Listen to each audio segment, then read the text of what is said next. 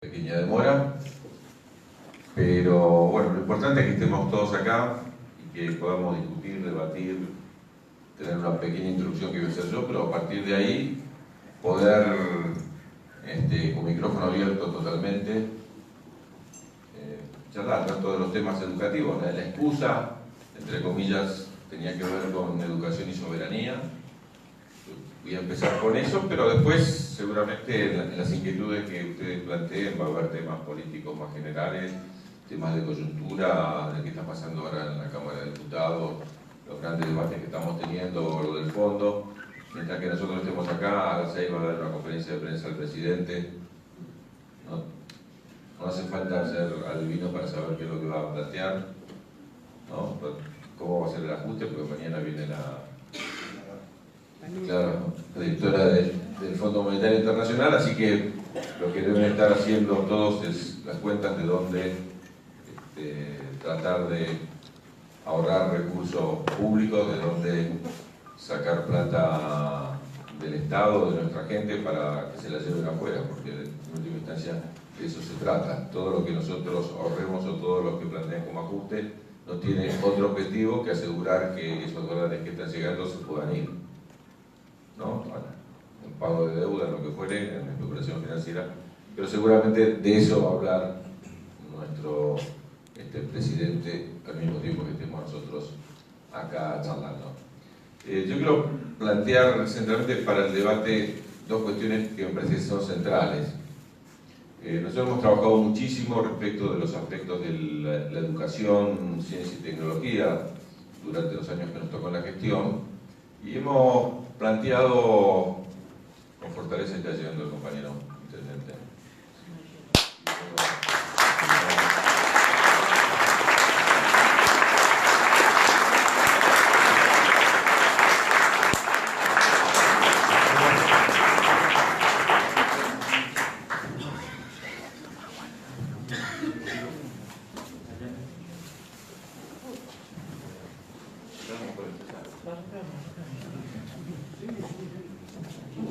Bueno, agradeciendo la presencia, hemos estado juntos en varias actividades, entre otras, me acuerdo presentando un libro con Mariano Recalde aquí hace un par de años.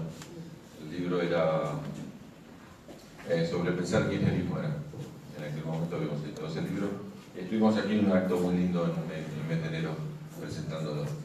Bueno, vuelvo sobre la cuestión central. El eje principal para debatir hoy respecto de educación y neoliberalismo pasa por tener una comprensión de cómo cambiaron profundamente las cuestiones globales durante las últimas décadas. Yo quiero hacer dos planteos. Este año se cumplen 100 años de la reforma universitaria. Estamos justamente un mes después, fue en el mes de junio, se cumplen 100 años de la reforma universitaria y también un poquito más de 200 años de independencia. Digo, pues son dos temas importantes para hablar respecto de la soberanía. Cuando uno habla hacia 200 años o hacia 100 años atrás, está claro que el tema de la independencia y la soberanía se debatía principalmente de la mano de las armas. Eran los países que tenían más prepotencia militar, eran los países que dominaban, sin lugar a duda, el arte de la guerra y tenían mejores recursos y condiciones, los que podían definir la colonización del mundo, los que podían definir su preponderancia respecto de otras regiones. Hay que decir que después de 200 años, después del 9 de julio o después de 100 años de la reforma universitaria, eso ya no es así. Si uno mira cómo se dirime la soberanía, la independencia, quiénes son los países que pueden decidir qué es lo que hacen los otros, no es por prepotencia militar únicamente que ocurre. Ocurre, por supuesto, los militares tienen una influencia enorme, pero ocurre principalmente por qué países manejan la información, manejan la comunicación, manejan la ciencia y la tecnología, qué países son capaces de estar en el umbral del conocimiento y qué países no lo son. Cuando uno mira la distribución del conocimiento en el mundo, es mucho más desigual incluso que la distribución de la riqueza. Cada vez más se concentra la distribución de la riqueza junto con la distribución del conocimiento, y monopolizar el conocimiento, monopolizar la información, monopolizar el saber es un mecanismo entre las sociedades y al interior de cada una de las sociedades para dirimir quién tiene el poder y quién no. La concentración en pocas manos de la riqueza está íntimamente vinculado a la concentración de pocas manos del conocimiento y del saber. Y ellos que tienen el monopolio de la riqueza se preocupan fundamentalmente para que no se democratice, para que no se distribuya en forma igualitaria. Aquellos que tienen el saber, los que tienen el conocimiento, los que manejan la ciencia y la tecnología a nivel mundial, los que están en los umbrales del conocimiento, se preocupan fundamentalmente para que las otras naciones no lo puedan hacer. Y para que la división internacional del trabajo, que únicamente era en la historia entre que los que producían materia prima y quienes producían productos elaborados, hoy también sea entre quienes pueden producir ciencia, tecnología y conocimiento y quienes nunca van a tener acceso a producir ciencia, tecnología y conocimiento. Si uno hiciera hay ahora figuras muy interesantes, ¿no? Hay una cuestión de que más o menos entran en un avión los que controlan el 60% de la riqueza del mundo.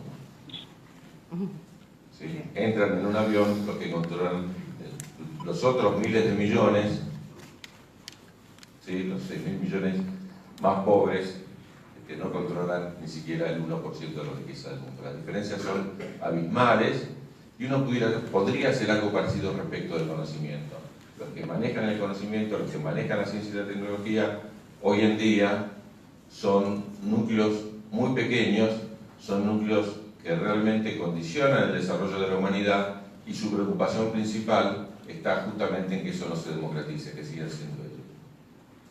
Eso ocurre a nivel general y ocurre a nivel de cada una de las sociedades. Yo quiero plantear 3 o 4 cuestiones antes de entrar concretamente en qué pasa en la Argentina.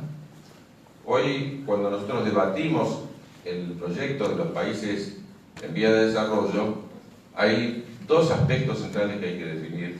El primero es qué tipo de competitividad nosotros vamos a tener. Digamos, todo el mundo coincide, y hasta este gobierno también, pero también nos pasó a nosotros en el 2011, 2012, que uno de los temas centrales es lo que se llama la restricción externa, que nosotros no tenemos dólares, y cómo producimos los dólares. Bueno, entonces el primer tema central, el primer tema para analizar, es que nosotros estamos en un debate hacia el futuro respecto de qué tipo de competitividad vamos a permitir que nos presente frente al mundo, como Argentina y como región.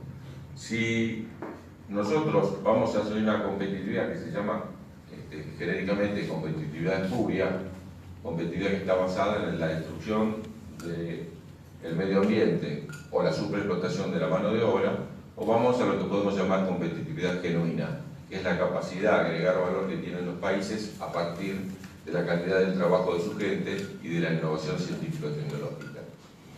Este va a ser un hecho central. Si nosotros vamos, como este gobierno quiere hacerlo, hacia la competitividad espuria, fíjense ustedes los primeros hechos que hizo Macri, porque son bastante sintomáticos.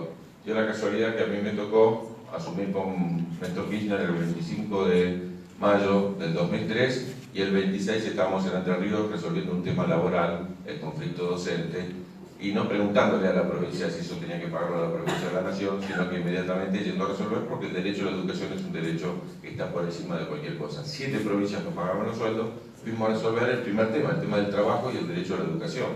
Macri, ¿qué hizo el primer día? ¿Que se acuerda lo primero que hizo?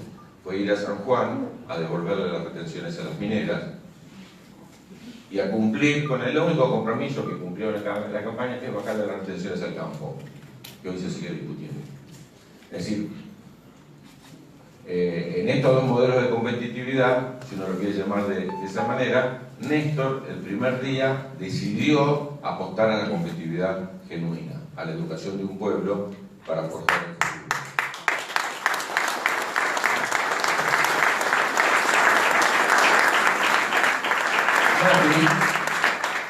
Fue a plantear el tema, pero si uno lo hubiera estudiado o hubiera querido hacer esa figura, no le hubiera salido tan bien, porque él fue a las mineras, que aparte son las que están deteriorando el medio ambiente, se llevan la plata simplemente por declaración jurada, a bajarle las retenciones de lo que ya es un robo enorme que está haciendo la minería con Argentina, ¿sí? Y devolverle las retenciones al campo, que es el otro sector que tiene grandes condiciones de productividad, pero que prácticamente no necesita mano de obra. ¿sí? El desarrollo científico-tecnológico aplicado al sector rural, hoy lo que hace principalmente es ahorrar mano de obra y tener grandes posibilidades de producción. Uno podría tener un país minero y agropecuario, ¿sí? Y que eso le dé de comer a 10 millones de argentinos, y que los otros 30 y pico millones de argentinos no tengan ninguna posibilidad de producir, con ninguna posibilidad de trabajar. Y ese es el eje central. Por eso esta cuestión de qué eligió uno y qué eligió el otro como señal distintiva, signo del comienzo de una gestión, pasa a ser el hecho fundamental. Y voy a explicar por qué impacta esto fuertemente en la educación. Si yo tengo una educación que, como pretende Macri, se tiene que asemejar lo más posible al mercado, y el modelo que yo elegí es el de la competitividad en aquellos aspectos en los que la naturaleza nos ha favorecido y no en aquellos aspectos en que la ciencia y la tecnología o la calidad de nuestra gente puede elaborar, yo necesito educar para lo que el mercado me está presentando como modelo, que es una pequeña minoría sumamente cualificada, y una gran masa de trabajadores descualificada. Es decir, si vuelvan a la mente al momento 2000, 2001, 2002, si yo tengo 22,5% de desocupación y del otro 70%, el 60% trabajaba en negro, si yo tengo 30% de la población con trabajo registrado, la pregunta es, ¿para qué en manos del Estado y aquellos que solo piensan en el mercado, ¿para qué voy a educar al 25% que no tiene trabajo? ¿Para qué lo voy a educar si no va a trabajar? Si el hecho es que yo educo para el mercado no exige a esas personas pueden dar planes sociales, pero no tienen ninguna necesidad de ser educados. ¿Y por qué voy a educar bien al 30, 40% que hoy trabaja en negro? Lean los diarios de hoy salen todos los diarios, que el único sector, 8 de cada 10 puestos de trabajo que se crearon en estos 2 años y medio, son del mercado negro. Trabajan en negro, no están en el trabajo. Bueno, digo, si alguien en la Argentina dice la verdad, hay que aceptarlo, es Lelita Carrión, ¿no? Que planteó para el futuro changas y propinas.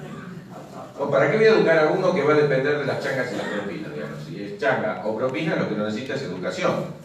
Entonces, en instancia, propina necesitará servilismo para ganarse una propina y changa un rebusque, pero no educación formal. Entonces, el modelo de competitividad que uno elige para el futuro del país, porque cada uno elige un modelo, determina el modelo de educación que yo voy a desarrollar. O yo desarrollo una educación, insisto, calificada para unos pocos, porque el otro es malgastado, ¿no? Pues pensemos lo siguiente, ¿qué pasa? ¿No? Usted sabe que uno de los que ganó el Premio Nobel de Economía planteó fuertemente la idea de que en realidad uno invierte en educación para recuperar lo que invirtió. Es decir, ¿qué le dice lo que se llama capital humano? ¿Qué le dice una madre a su hijo? Mira, no tengo nada para dejarte, no te voy a dejar ninguna herencia, pero te voy a dejar educación. ¿Qué le está diciendo? Te voy a transferir algún tipo de capital, eso se llama capital humano. Pero cuando el Estado invierte en educación, lo que está haciendo es formando capital humano, en ese sentido. ¿No? Ahora, si uno toma un taxi, como pasaba en los 80, en los 90, el taxista es ingeniero, ¿qué conclusión uno saca? Perdí el capital que invertí en él. No es mejor taxista por ser ingeniero. Si él se pagó el estudio, él hizo mal negocio. Si se lo pagó el Estado hizo mal negocio. ¿Para qué un ingeniero sale $30.000? ¿Para qué voy a formar un ingeniero si no va a tener trabajo? ¿Tienen un ejemplo mejor que lo que pasó en los 90 acá en Gesell y en todo el país? La Ley Federal de Educación terminó con la escuela técnica. ¿Para qué quiero técnico si no voy a tener industria? Entonces se prohibió, Argentina es el único país del mundo donde la Ley Federal de Educación prohibió las escuelas técnicas. Y se acuerdan que teníamos los TTP, trayectos técnicos profesionales, EGB1, EGB2, EGB3, bueno. todo un sistema para justificar que no haya escuelas técnicas. Era grave suspender las escuelas técnicas, más grave era que nadie proteste, salvo los profesores de las escuelas técnicas. Porque no había una industria que protestara, porque no había industria. Fíjense, yo como ministro asumo en el 2003 y lo primero que recibo la primera semana a la industria de textil, a la Fundación Proteger, que era la fundación del textil, diciéndome, mirá, hay sustitución de importaciones, volvemos a fabricar nosotros los productos textiles, en la Argentina se reciben 3 ingenieros textiles por año. ¿Y para qué sirven a recibir ingenieros textiles si en realidad no había industria textil? Comprábamos todo hecho. ¿No les parece que algo parecido está pasando hoy? Entonces, cuando uno mira del neoliberalismo, y voy de vuelta al título de la charla de hoy, que tiene que ver con el neoliberalismo, soberanía y educación, cuando uno mira, si uno tiene un modelo que en el eje central pone la mirada de la escuela frente al mercado, y uno tiene un mercado que se achica y al mismo tiempo un mercado que discrimina cada vez más, si uno tiene un modelo de desarrollo que exige una minoría ilustrada y una mayoría totalmente descualificada, entonces ¿para qué educar a la mayoría? Y ahí quiero hacer 2 salvedades. En primer lugar, uno puede decir, bueno, los chicos se van de la escuela. La mayoría de los chicos argentinos perduran la escuela y permanecen en la escuela. Entonces, ¿cómo se manifiesta el neoliberalismo? Bueno, lo que hace el neoliberalismo principalmente es que vayan a la escuela pero que no aprendan nada. Si la escuela lo disciplina, la escuela te integra a la sociedad, de una manera esta parte es obligatoria, hay leyes, bueno, hay que cumplir. La escuela permanece abierta, el chico va a la escuela, pero si uno recuerda las escuelas del 2002-2003, antes que asumiéramos nosotros, si uno recuerda las de fines de los 90, lo que uno va a recordar que la escuela era más un comedor que una escuela. Si los chicos iban a la escuela a comer. Uno le preguntaba a una directora de una escuela primaria, ¿qué tareas hiciste durante el día de hoy? Y uno no sabía si era una directora o era un asistente social. Porque una directora hacía mucho más tarea social que tarea pedagógica. Había que dar de comer, despiojar, atender los temas familiares, resolver el tema de la relación de la violencia familiar. Digo, el sistema educativo se había volcado solamente a atender tareas sociales y no había tareas pedagógicas, a tal punto que hubo que votar, en aquel momento el Consejo Federal de Educación, yo era ministro de Educación de la Ciudad de Buenos Aires, se votó sacar toda la plata de capacitación docente y llevarla a comedores, porque un chico si no come no estudia. Y entonces yo también, si alguien me pregunta, priorizo la comida. Pero la comida repasó a la escuela. Ahora hay mucha discusión respecto de la calidad, no es que nosotros resolvimos la calidad en los años que nos tocó estar en la gestión, no la resolvimos, es un tema pendiente, podemos discutir horas con los docentes respecto a qué pasó que no lo pudimos resolver o que es un tema de muy largo plazo. Lo que quiero decir es que cuando se empieza a discutir la calidad es porque volvemos a discutir lo pedagógico, y discutimos lo pedagógico cuando resolvimos lo social. Hoy, ¿cuál es el tema de nuestras escuelas? Volver a discutir lo social. Hoy vuelve a discutirse si la escuela debe comer o no debe comer, cuánto debe comer, si alcanza la comida o no alcanza. Temas que habíamos dejado de lado. Sí, pero que este modelo, entonces, de que el chico vaya a la escuela pero que no aprenda, pasa a ser el modelo central. Y que vaya a la escuela hasta ahí, porque por suerte tenemos en el gobierno gente muy honesta, como nuestra gobernadora de la provincia, que dijo lo que piensa, ¿para qué vamos a poner universidades si ahí los pobres no van a ir? No, uno no sabe si era una descripción o un deseo, pero claramente estaba planteado en ese sentido. Entonces, por un lado, insisto, planteo mayoritario de que la escuela puede estar abierta, pero la escuela puede, no sé si alguien recuerda la película El nombre de la rosa o el libro El nombre de la rosa, en un momento Atzo, que era el asistente de Guillermo, le dice a Guillermo, la biblioteca, se van a quedar sobre una biblioteca, le dice, bueno, pero ¿cómo la biblioteca no está puesta ahí para que todos accedamos a los libros? Y él le dice, bueno, la biblioteca puede estar para 2 cosas, para guardar los libros, para que todos puedan acceder, o como era esa biblioteca de la que estaban hablando, para guardar los libros para que nadie acceda, para esconderlos. Y la escuela con el conocimiento es lo mismo, la escuela puede estar ahí para distribuir el conocimiento o para garantizar que el conocimiento no se distribuya. Ahora bien, El segundo tema, respecto de la educación y el mercado, déjame meter una cuestión más. Bueno, voy a poner el segundo y después quiero hacer una aclaración respecto de lo primero. El segundo es, ¿dónde educo a las minorías? ¿Sí? Yo necesito una mayoría descalificada. Siguiendo hablando, escuchando, mejor dicho, a la franqueza con la que habló ahora, como habló con franqueza Lilita y habló con franqueza Vidal, también habló con franqueza el presidente. Y dijo, los chicos caen en la escuela pública. ¿No? La mirada de él es que caen en la escuela pública. ¿Por qué tiene esa mirada? Porque, bueno, en la década de los 90, cuando nosotros éramos chicos, yo por lo menos que soy el más viejo que está acá, iba a la universidad privada al que no le daba la cabeza. No pasaba para nosotros la idea de que se podía ir a la escuela privada, o sea, iba aquel que tenía alguna cuestión o religiosa o una cuestión particular respecto de esto, del núcleo central de lo que quería aprender en cuanto a los valores, pero en la universidad no había universidades de élite. ¿No? Ir a la Kennedy era como la Academia Friedman, digamos, ¿no? Iba a la universidad, era de segunda, la verdadera universidad era la universidad pública. Bueno, en los 90 se crearon las universidades de élite. Por primera vez se crearon universidades para que no se contaminen, para que no caigan en la universidad pública y se contaminen con las luchas, con el movimiento estudiantil, con todo lo que pasa en lo público. Entonces empiezan a crear universidades muy especializadas, dirigidas a lo tecnológico, dirigidas a la economía, ¿no? Donde los que mandan puedan mandar a sus chicos y después tomar desde ahí. Se jerarquiza la UCA y la UCA empieza a ser también una universidad de élite. Suben mucho los montos, entonces ya no puede entrar cualquiera a esas universidades. Todavía hay universidades privadas masivas que no son de élite.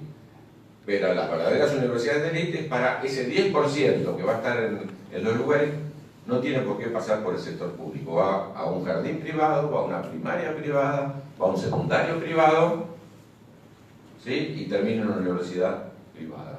Jamás se conectaron ni pasaron con el otro sector, no tuvieron ningún contacto, ni siquiera en la cancha, porque unos van a la platea de otro lado popular, y en esa condición manifiestan claramente el deseo de que puedo tener una mayoría descualificada aún pasando por la escuela y puedo tener una minoría muy cualificada segmentando el sistema educativo de tal manera de que accedan solamente unos pocos, porque garantizo con que con el nivel de la matrícula quienes acceden y quienes no acceden. No, en ese momento estamos hoy. No, si uno tuviera que definir en qué momento estamos hoy, es que después de haber recuperado durante mucho tiempo la masividad, crear universidades, crear escuelas, desarrollar la educación, hacer un esfuerzo en mejorar las condiciones de trabajo docente, etcétera, etcétera, hoy volvemos a la idea de educar para el mercado. No sería grave si fuera un mercado en expansión, sería grave, pero no tan grave si fuera un mercado en expansión. Si en realidad todo el mundo necesitaría incorporarse a trabajos de calidad, pero lo que presentan como changa y propina es que no va a haber un trabajo de calidad. No, la semana pasada vieron los datos, el cono urbano ya tiene 12% de desocupación, casi el doble de lo que había en el 2015. Entonces, a esa desocupación que va a ir creciendo, ¿para qué la voy a calificar? ¿Para vivir de planes sociales? No necesita ninguna calificación para vivir de planes sociales. ¿No? Entonces, en este sentido, yo creo que tenemos que pensar los educadores, los que trabajamos en la educación, pero también los que queremos un modelo de país, que cuando estamos definiendo el sistema educativo, estamos definiendo el modelo del país. Un sistema educativo igualitario, fíjense en las naciones del mundo, los países nórdicos, los grandes países europeos, Canadá, los países que trabajan en pos de la igualdad, países de Oriente, que trabajan en pos de la igualdad, tienen sistemas educativos fuertemente igualitarios.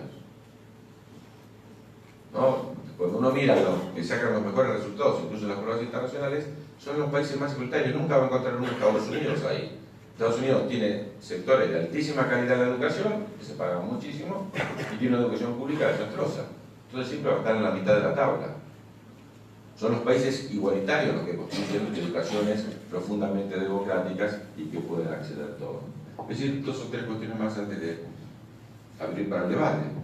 Una cuestión es que lo grave de la política educativa actual, como lo grave de lo que pasó en los 90, es que condiciona el futuro de una manera notable. A diferencia de políticas económicas, que cuando uno produce un cambio, rápidamente la sociedad da cuenta de ello y la sociedad puede ver mejoras de un día para el otro.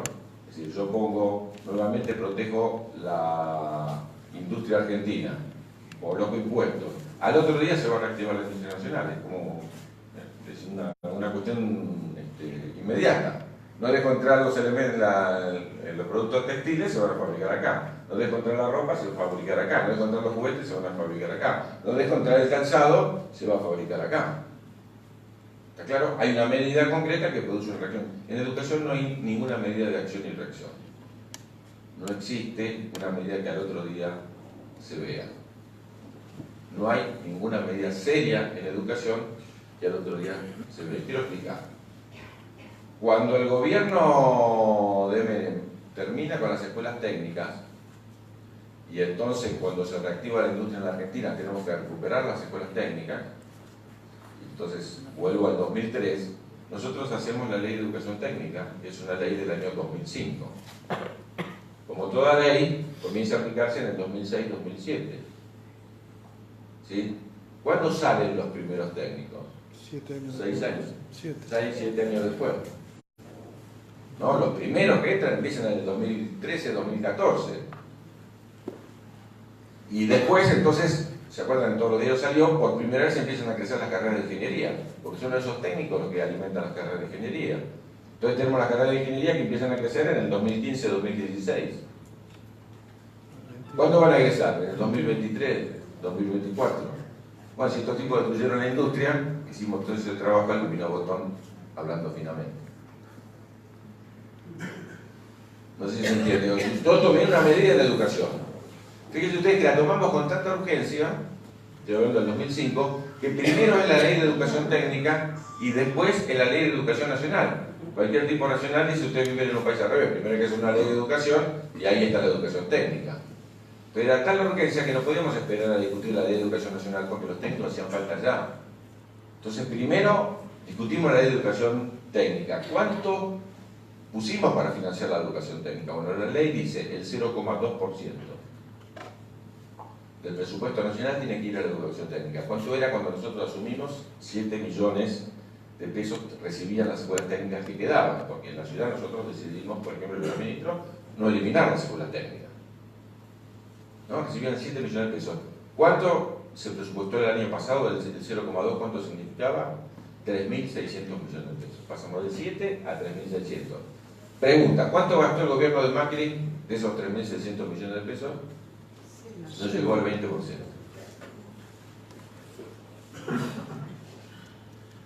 Tiene la plata ahí, no la gasta porque no le interesa en eso. ¿Qué quiere hacer el gobierno? Se lo paramos porque fue una medida que quiso poner, que era la Agencia Nacional de Talento. No sé si alguien escuchó hablar de eso. Como descubrimos el decreto, que estaba decreto por encima de la ley, porque ellos pasan decreto, que como lo descubrimos, se discutió y demás, es pasarle esa plata a las empresas para que las empresas capaciten a sus propios trabajadores. Lo cual implica que se lleven la plata a las empresas.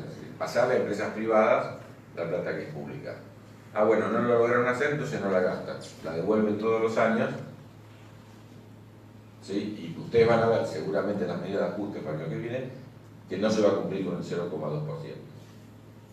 ¿Sí? O sea, una de las cosas que se va a ajustar va a ser exactamente eso. Pero quiero dejar claro esta cuestión. Si ellos cortan un conjunto de estrategias, otra estrategia que quieren cortar, la capacitación docente. ¿No? Digo, el principal elemento para deteriorar la calidad de la educación, ¿cuál es? Deteriorar a los docentes. Entonces se deteriora principalmente el salario, porque si a misma cantidad de años de estudio hay otras profesiones con la misma cantidad de años de estudio que ganan más que los docentes, y yo tengo que elegir, yo voy a elegir la carrera docente. En la ciudad de Buenos Aires, que es el lugar donde hay mayor diferencia, los que tienen la misma cantidad de estudio que los docentes, pero que trabajan en otra cosa, ganan el 33% más que los docentes. ¿sí? Está hecho de provincia por provincia. En la provincia de Buenos Aires es cerca del 22%. Los que ganan más, con los mismos años de estudio. Entonces, ¿ahora qué tenemos en la ciudad de Buenos Aires? Un debate tremendo porque están cerrando todos los profesorados. Se están cerrando los 29, pero no estoy hablando de profesorados chiquitos, el Lengüitas, el Lenguas Vivas, el Joaquín B. González, el Romero Obrero, están cerrando los grandes profesorados, que tienen más de 100 años de historia, con la excusa de la creación de una universidad. Que estaría bien que queden una universidad, yo estaría de acuerdo, que queden todas las universidades, pero como vemos, que no es un gobierno preocupado por crear universidades. La universidad esa es una excusa para cerrar los 29 profesorados. Entonces, lo que quiero señalar es que las políticas educativas que hoy están aplicando van a condicionar fuertemente el futuro de la Argentina. Por ejemplo, en el campo de la ciencia y de la técnica, cuando yo aplico políticas de restricción en ciencia y tecnología, destruyo absolutamente todo lo que hay. ¿No? Perón comenzó con la energía atómica. Perón comenzó con el desarrollo científico y tecnológico, primer avión, primer auto, primera moto, todo lo primero de América Latina fuimos nosotros. Era muy discutido, inclusive, porque trajo científicos de Alemania, ¿se acuerdan todo ese debate y demás? Pero Argentina tuvo ciencia propia. ¿Sí? Y esa ciencia que surge en la Argentina es destruida por la dictadura militar. ¿Sí? Porque duró después del 66. Argentina es el único país del hemisferio sur que tiene un premio Nobel. Tiene más Argentina que todo el hemisferio sur. 3 premios Nobel en ciencia. Después tenemos 2 premios Nobel más.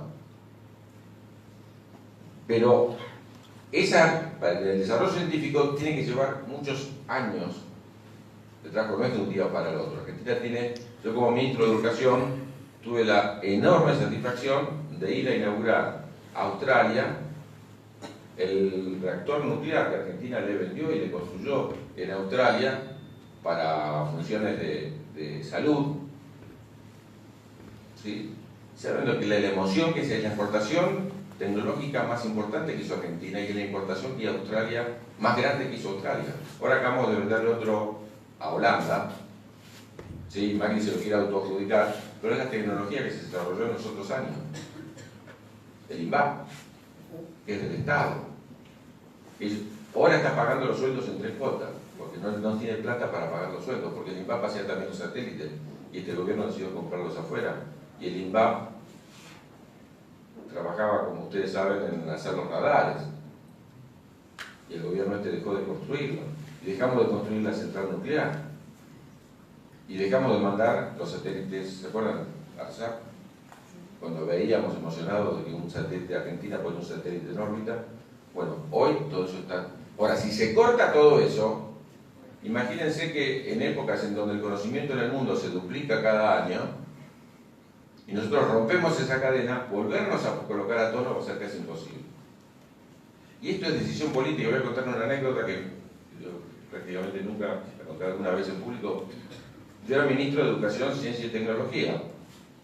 Y un día Néstor me llama y me dice, Daniel, va a ser una reunión del Ministerio de Defensa. El ministro de Defensa era Pampuro, estamos hablando de la primera etapa. No me acuerdo qué año, supongamos 2004, 2005. Se va a discutir el tema de la radarización de la Argentina y a quién le compramos los radares 3D, que Argentina no tenía. Entonces dice, tal fuerza armada está entoncada con España, va a pedir que lo compremos en España, tal otra con Francia, tal otra con... Entonces, vos escuché que digan todo eso y cuando termina, decís que lo vamos a hacer nosotros. Yo le dije, mira Néstor, yo soy un sociólogo, te aviso, no sé lo que es un radar, nunca vi un radar en mi vida. Hay tipos especialistas, ¿qué voy a decir yo? Que me van a matar. Y dice, bueno, solamente tenés que decir eso, Pampuro no lo puedo hacer porque al otro día tenés que seguir trabajando con ellos. Vos sos ciencia y tecnología, vas vos y lo decís. Así que yo fui, levanté una reunión de varias horas, cada uno explicando por qué era mejor el radar. Claro, cuando uno vende un radar, uno compra un radar, lo que está comprando es el servicio para siempre. Como nos pasa con la tecnología, como nos pasa con las armas nuestras, que compramos y después Francia, durante Malvinas, nos dejó de mandar los repuestos. Todavía, hasta hace poquito, teníamos embargado las armas nuestras después del 82. En Reino Unido, por ejemplo, nuestros barcos todos eran británicos. Yo como secretario de Malvinas fui a pelear en la fábrica Rolls Royce porque los motores de nuestros barcos están en los puertos porque no le pueden renovar los motores porque las fábricas no nos dan. ¿sí? Entonces uno compra todo el servicio. Bueno, y así fue. Fui a la reunión, varias horas, al final levanté la mano y me dijeron, vengo con la orden del presidente, les agradecemos todos los aportes, que esto lo va a hacer el INVAP. Bueno, a los 3 años el INVAP lo hizo. ¿Salió más caro? Salió más caro el primer radar. Ahora exportamos radares. Entonces, justamente en el tema de las dos competitividades, si yo quiero exportar productos industriales, quiero exportar por mano de obra, quiero exportar mi trabajo, quiero exportar mi capacidad de innovación, quiero exportar la inteligencia de los argentinos, tengo que hacer exportaciones de alto nivel de elaboración, no de productos primarios sin elaboración como es cuando exportamos la soja. Fíjense que Estados Unidos acaba de cerrar, ¿se acuerdan de la entrevista esa entre Trump y Macri? Que Macri fue y le dijo, voy a hablar de los limones, y él le dijo, si te vengo a hablar de los limones, yo les voy a hablar de Corea. ¿No? Nos dejaron entrar 50 millones de dólares de limones y nos prohibieron entrar 1.300 millones de dólares de biodiesel. ¿No? Que por lo menos agrega algo de valor, el limón, nada. Bueno, ahora tampoco estamos entrando con los limones porque no volvió a peticionar los campesinos. Fíjense ustedes, los campesinos, los granjeros americanos le critican a su gobierno que deja entrar los limones argentinos porque dicen que tienen dumping porque nosotros tenemos baja de impuestos para los productos agropecuarios. Y lograron de vuelta intentar frenar. Pero bueno, yo termino para que abramos el debate de esta cuestión. Cuando estamos discutiendo la educación de hoy, seguramente estamos discutiendo nuestra condición docente, estamos discutiendo cómo funcionan las escuelas, estamos discutiendo la vida cotidiana de los chicos, pero estamos discutiendo el modelo del país hacia el futuro. ¿Sí? Cuando uno dice un país con muchas universidades, ¿sí? Cuando dice un país con muchas escuelas, cuando uno dice un país donde todos tengamos acceso a una educación de calidad, me parece que uno está planteando un modelo de nación diferente al que Macri hoy en día está llevando adelante. Quiero decir que no alcanza con que esté abierto, porque uno dice una universidad, para nosotros no es un tema de universidad sí o universidad no nada más, sino qué es lo que estudia, qué es lo que trabaja esa universidad, qué preocupaciones tiene, a qué chicos accede, por qué universidades en los lugares más humildes, por qué la universidad tiene que estar comprometida con su medio, ¿no? Eso me hace recordar a Lula, en una de las entrevistas que hice con el presidente, que en una me dice, mira Daniel, nosotros hicimos más universidades que toda la historia de Brasil. El gobierno de Lula hizo más universidades que toda la historia de Brasil. Dice, pero no se trata solo de universidades, sino qué preocupación tienen las universidades. Y me da un ejemplo que para mí me cambió la manera de ver la universidad para siempre. Dice, mira, nosotros asumimos con 40 millones de hambrientos.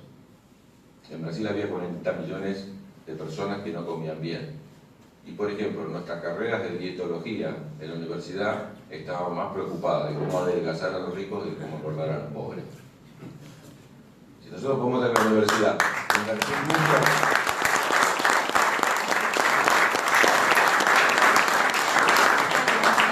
que si solamente hacemos profesionales liberales que atienden en sus consultorios a los que tienen plata, entonces estamos mal.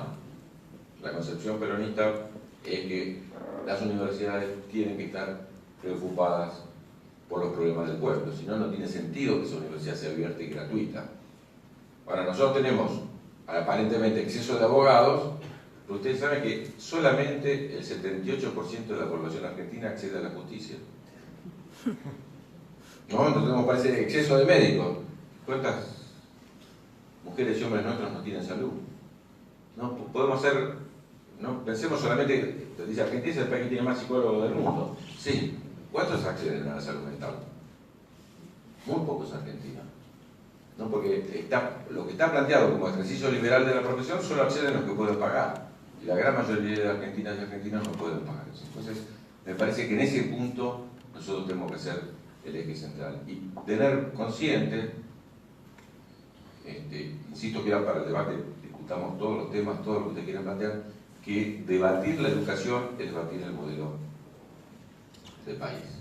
La generación del 80 lo tuvo recontra claro. Fíjense ustedes, la generación, yo lo dije el otro día en el debate cuando se discutió en el Congreso el tema del aborto en diputados, que el Vaticano sacó los representantes en la Argentina, sacó el nuncio apostólico de la Argentina cuando fue la discusión de la ley 1420, porque le sacaba a la Iglesia, no solo le sacaba el tema del casamiento, todas las cosas que le sacó, sino que le estoy hablando del sector de Roca. Nadie se ocurría que Roca hubiera sido un izquierdista de 1880, ¿no? Nadie se ocurría que Roca, el de la campaña del desierto, el mismo que hizo yo, necesitó construir una nación, y para construir una nación eligió la escuela, para lo cual el Estado tenía que tener el monopolio de esa educación. Entonces construyó la Argentina se construyó en base a la escuela, por eso es el primer país en América Latina de universalizar la educación. Quiero dejar claro también, ¿cuándo se cumple la ley 1420? 100 años después. Nosotros universalizamos la educación primaria, que era algo obligatorio para la 1420, recién en el año 1980. Las mujeres entran en la escuela masivamente recién en los 60, en los 70. Y prácticamente llegamos al 90 y pico %. Es decir, es un proceso muy largo, estas transformaciones educativas son muy largas y impactan en el mediano y largo plazo. Nada de lo que hacemos en la educación y en ciencia y tecnología tiene impacto al otro día. Pero si somos perseverantes en las medidas de transformación y de cambio, sin lugar a duda, ese cambio lo vamos a ver en la mejora de las condiciones de los argentinos. ¿En qué eje central? En el eje central que estoy planteando yo, que tiene que ver con la economía. Yo podría haber planteado lo mismo respecto de la ciudadanía. No hay ciudadanía sin educación. No hay igualdad social, no hay integración sin educación. No hay identidad nacional sin educación. No, algunos pueden decir, pero Daniel, ¿para qué querés identidad nacional si está el mundo globalizado? Bueno, cuanto más globalización, más identidad. Cuanto más globalización, más identidad. Pregúntale a los europeos, si no, los catalanes, los vascos, los ingleses se acaban de separar de la Comunidad Europea. No es que hay globalización. El que integrarnos al mundo, sí.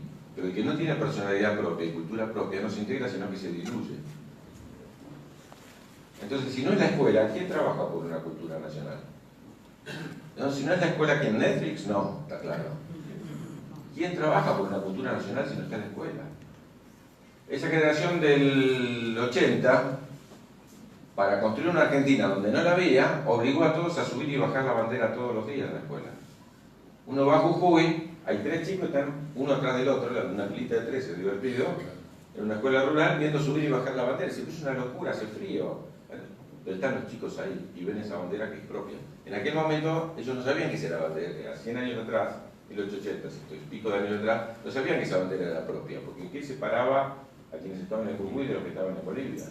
¿Qué separaba la cultura guaraní de los que estaban en Paraguay, en Brasil, o en Argentina? ¿Qué separaba la cultura mapuche de los que estaban de un lado o del otro de la cordillera? La generación del 80 pone la bandera argentina, sin lugar a duda, como el motor para todos los días subir y bajar, con frío, calor, pasar ese momento que ahora repetimos a veces ritualmente. Muchas escuelas lo repiten y lo resignifican y es un momento hermosísimo. Otras simplemente vuelven a hacer lo mismo que se hacía hace 200 años. Hoy no necesitamos esa bandera ahí para saber que somos argentinos, pero la escuela la que trabaja para la identidad.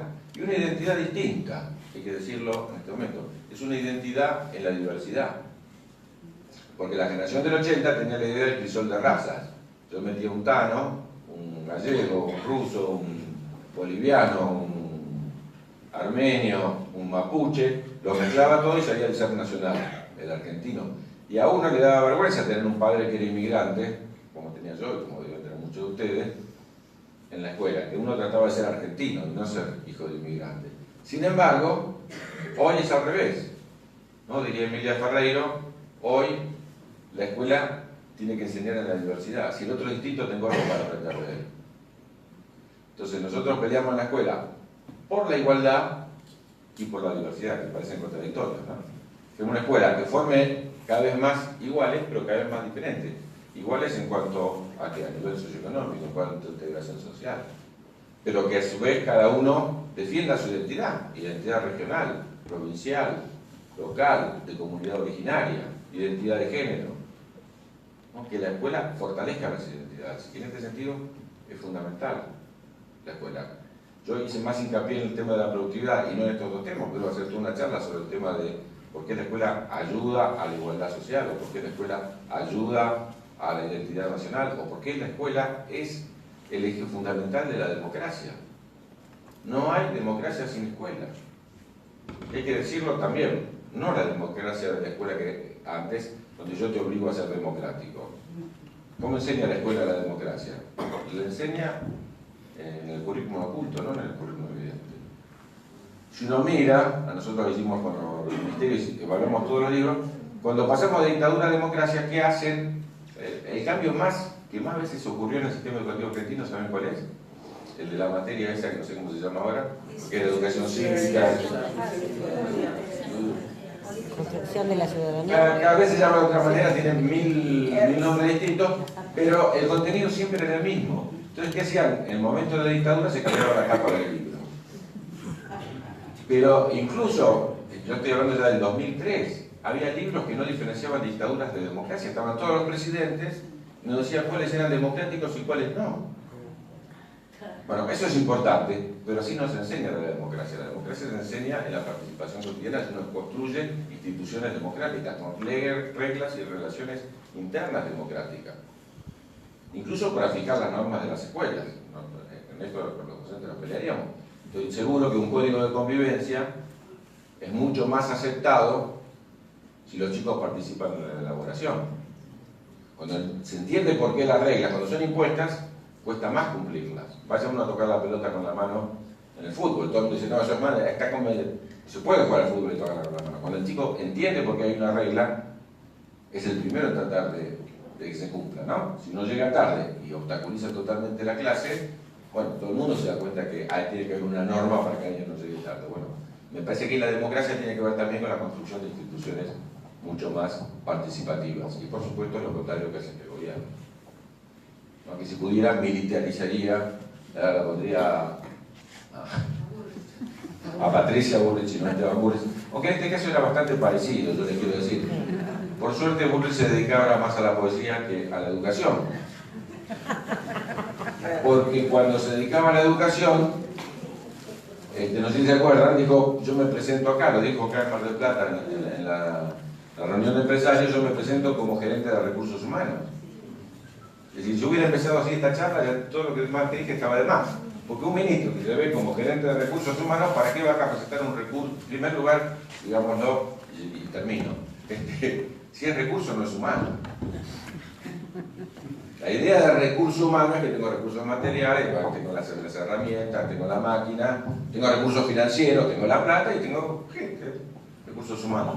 Esa no es nuestra idea. Nosotros educamos ciudadanos que también trabajan. Y donde los valores son el elemento central. Por eso el trabajo, para nosotros es un valor. Fíjense ustedes, hasta el 45 el trabajador nunca había entrado a las aulas. Busquen un mameluco en los libros de lectura de antes del 45, pero no es el que hace entrar a los trabajadores en los libros de lectura. Y está orgulloso por ser trabajador. Fíjense que la mancha peronista nos dice, pero perdón, que sos el más inteligente, el más lindo, el que tiene más plata, o sos el primer trabajador. El orgullo era justamente incorporar a la esencia el trabajo, ¿no? Entonces uno forma un ciudadano integral, uno de sus elementos es ir a trabajar. El tipo que se ve como ministro de Educación, a mí jamás se me hubiera ocurrido, si yo tuviera que dar un ejemplo, que alguien me lo daría así tan... ¿Qué decía, por ejemplo? Sí, leyó un artículo que se hizo famoso también de Bullrich en Clarín, donde plantea que los docentes son for Falcon. ¿Alguien lo leyó? No sabe lo que se pierde. Él dice, es interesante, él quiso decir que los docentes nuestros están desactualizados. Incluso la figura de los Falcon, que es poco feliz. Claro. Pero yo les hago una pregunta, ya que no lo leyeron. ¿Qué metáfora utilizó él? ¿Qué quiero que sea un docente? Quiere un docente moderno. ¿Qué quiere? ¿Alguien se anima a decir? Una Ferrari querría. ¿Una? Una Ferrari querría. Una Ferrari tendría que ver. No, él dijo... Paramilitar. No, dijo, yo quiero docentes que sean astronautas. Bueno, no sé si... ¿Será por el traje? No sé. Pero si hay algo que no puede ser un docente, es un astronauta, porque un docente tiene los pies en la tierra todos los días. No los profesores, los maestros, trabajamos todos los días en la escuela. Tenemos que conocer esa comunidad, tenemos que trabajar cotidianamente justamente en el contacto, que es lo contrario del astronauta que está ahí arriba. No digo decir en la mejor, como tantas otras cosas que se dijeron, pero termino con esto. Me parece que es importante esta definición respecto del tema de que nosotros no educamos para el mercado de trabajo, sino que educamos para el trabajo.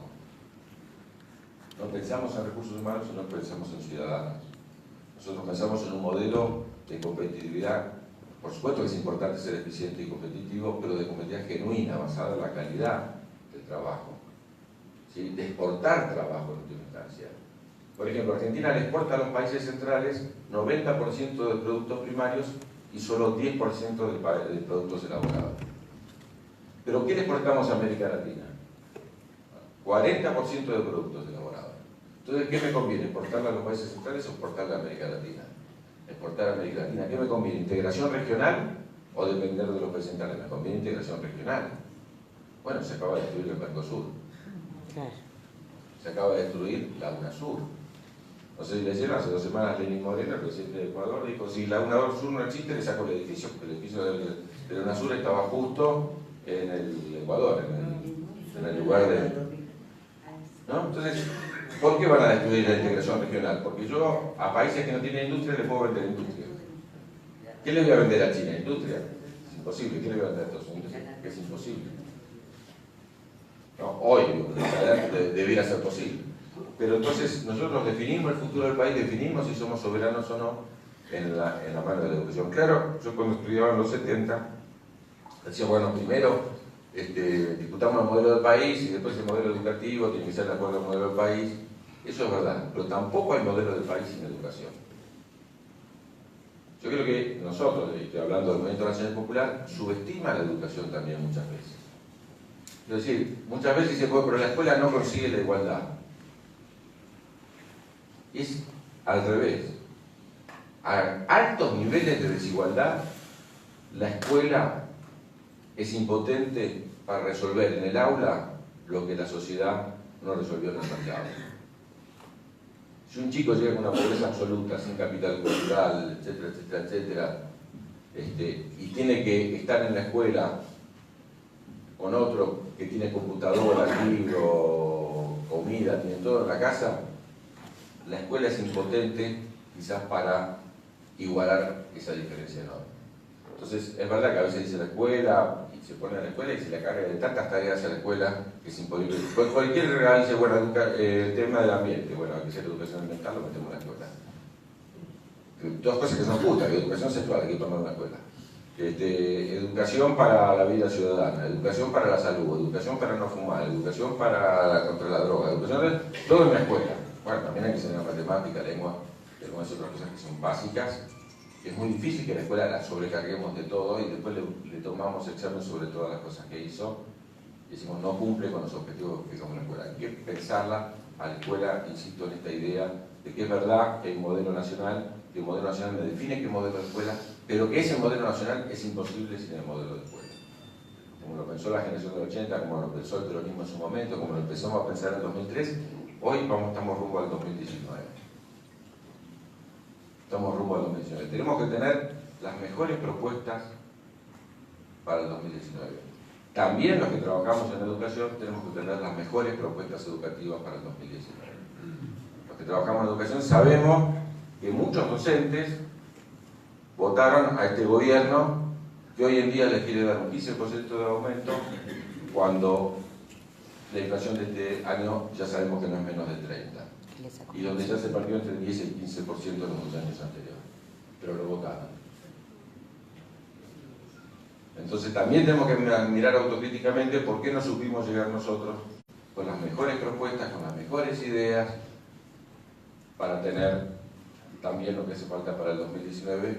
Y termino, que es esta idea que planteó Cristina en Avellaneda a fines del año pasado. El compromiso de todos nosotros tiene que ser trabajar, a nosotros los que tenemos educación en el campo educativo, a mí me toca también serlo como diputado, pero fundamentalmente soy de la educación, cómo nosotros creamos las condiciones para debatir, discutir. Tenemos 1 año y medio todavía, menos de 1 año y medio ya, ¿sí? Al 2019, ¿sí? Para que el 9 de diciembre del 2019 sea el último día que el neoliberalismo gobierna la Argentina.